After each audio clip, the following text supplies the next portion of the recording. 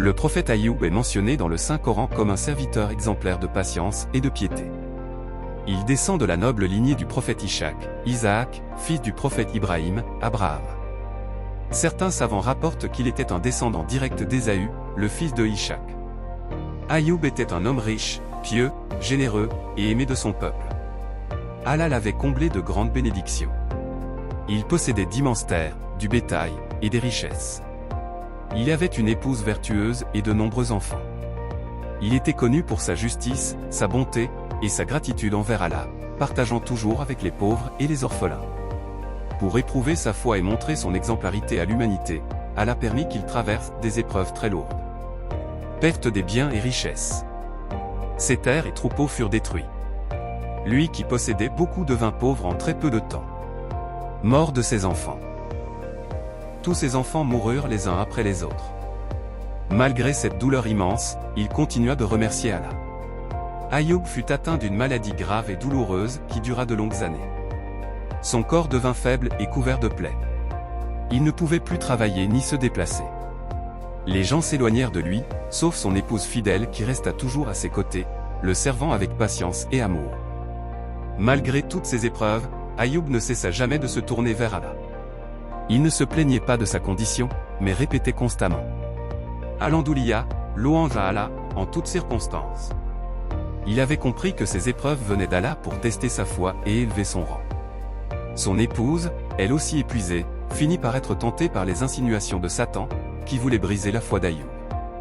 Mais ce dernier resta ferme et rappela à son épouse la miséricorde d'Allah. Après de nombreuses années de souffrance, Ayoub fit une invocation sincère à Allah, comme rapporté dans le Coran, Surat Al-Anbiya, v.83. Et, rappelle-toi, Ayoub, quand il appela son Seigneur, le mal m'a touché. Mais toi, tu es le plus miséricordieux des miséricordieux, point. Il ne demanda pas à Allah la guérison directement, mais il invoqua avec humilité, en reconnaissant sa miséricorde infinie. Allah répondit à son invocation par sa grâce.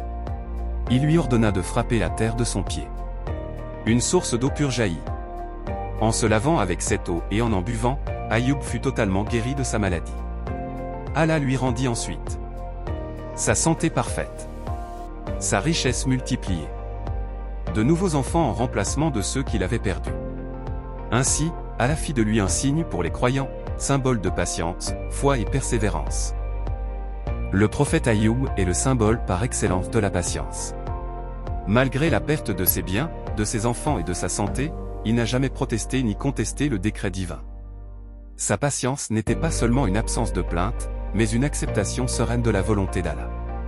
Il a montré que la véritable foi ne dépend pas des biens matériels ou du confort de la vie, mais de la confiance placée en Allah, quelles que soient les circonstances. Index revers pointant vers la droite blanc. Le croyant doit donc comprendre que l'épreuve n'est pas un signe de colère divine, mais un test d'amour et de purification.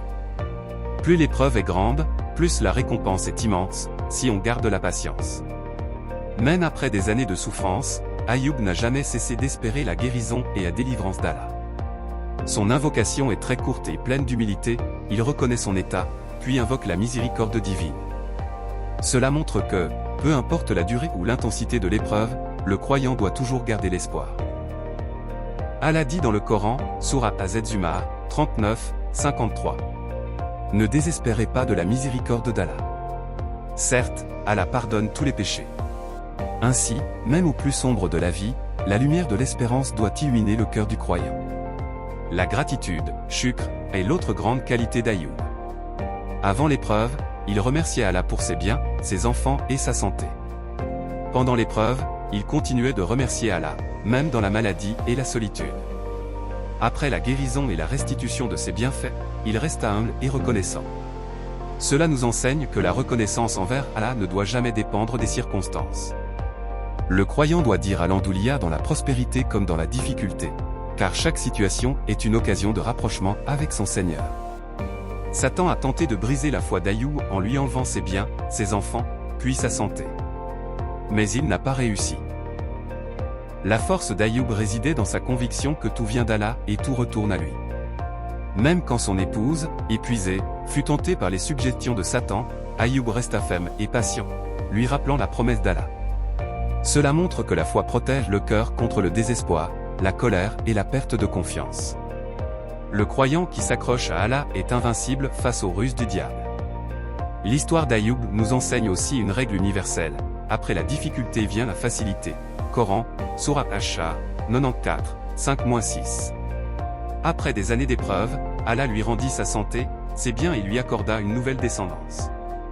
Non seulement Allah lui restitua ce qu'il avait perdu, mais il le lui donna multiplié, comme une récompense pour sa patience et sa foi. Cela nous rappelle que la vie du croyant est toujours une alternance entre épreuve et bénédiction, mais que la fin appartient toujours à ceux qui patientent et persévèrent.